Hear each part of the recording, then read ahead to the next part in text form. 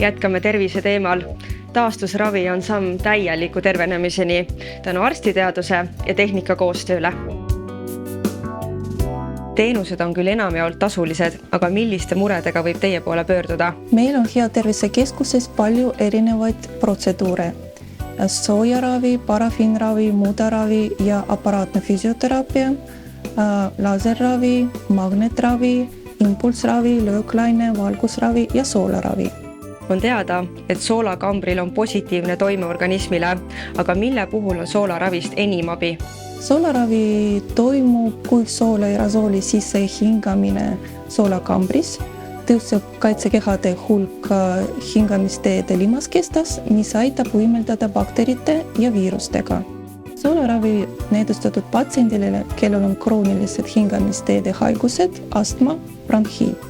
Aga protseduurile ei tohi tulla, kui esineb hiljutine nohu, köha või ägehaigus.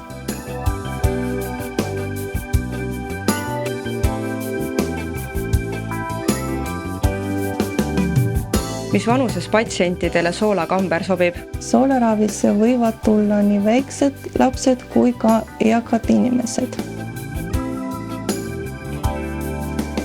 Väga tervitatav on ka massaaž, aga milliseid massaaživõimalusi siit patsiendid saavad? Meil on hästi palju erinevaid massaaživõimalusi. Klassikaline massaaž alandab lihaspingeid ja suurendab lihaste elastust, vähendab valu. Lümfimassaaž, ravimassaaži liik tursete vähendamiseks on spetsiaalselt aeglane ja õrn rütmise survega nahaaluskoja massaaž. Siis on olemas aparaatne lümfimassaaž, mis on näidustatud patsiendile, kellel on operatsiooni järgset jalatursed, lümfitursed ja išeemilised haigused. Jalatalatsooni teraapia ehk punktmassaaž, see on idamaade meetod, mis on 5000 aastat vana ja seisneb surve avaldamises bioaktiivsetele punktidele. Neid on 53 punkti. Ja viimane ravimassaaž on nimikute väike lastemassaaž, mis soodustab skeletlihaste toonust ning motorset arengut.